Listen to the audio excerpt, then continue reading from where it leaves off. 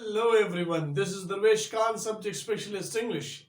Today I'm here with you for lecture number 30. Lecture number 30 is about the fourth topic of Advanced English Grammar course. What is that? This is sentence. So, how to define a sentence and what are the parts or constituents or components of a sentence? Dear fellows, to define sentence, it is quite clear to us that we discussed in our previous classes about sentence as well. It means that sentence is called the combination of phrases. The combination of phrases. So when I say about sentence, sentence is defined as the combination of phrases. When I say about the combination of phrases, it is clear to us that when we combine different phrases, they form a sentence. For example, I say, he teaches English. He is actually subject. Teaches English is actually predicate. In subject, we have a pronoun which is the close form of noun phrase. It means we have a noun phrase here in subject.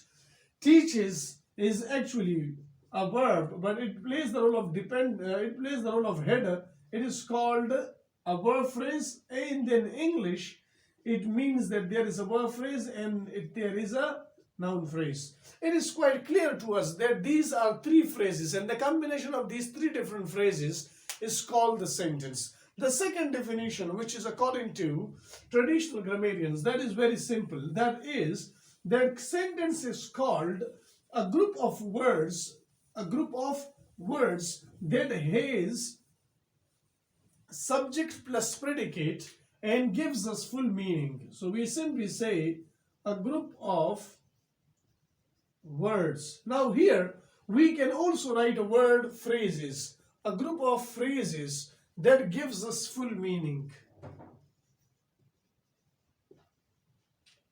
That gives us full meaning. It means that the meaning must be full. Full means it should be complete, because it should give us kind of complete sense, complete meaning. What kind of words are these, or what kind of phrases are these? A group of words or phrases that gives us full meaning. Now, this group is called sentence. For example, I say, she watches a movie. She is actually a subject. It is one word. Watches is a verb. And a movie is actually an object. Subject is a noun phrase. Verb is here. Object is a noun phrase. And it is called a verb phrase. So we understand that this sentence is the combination of phrases as well.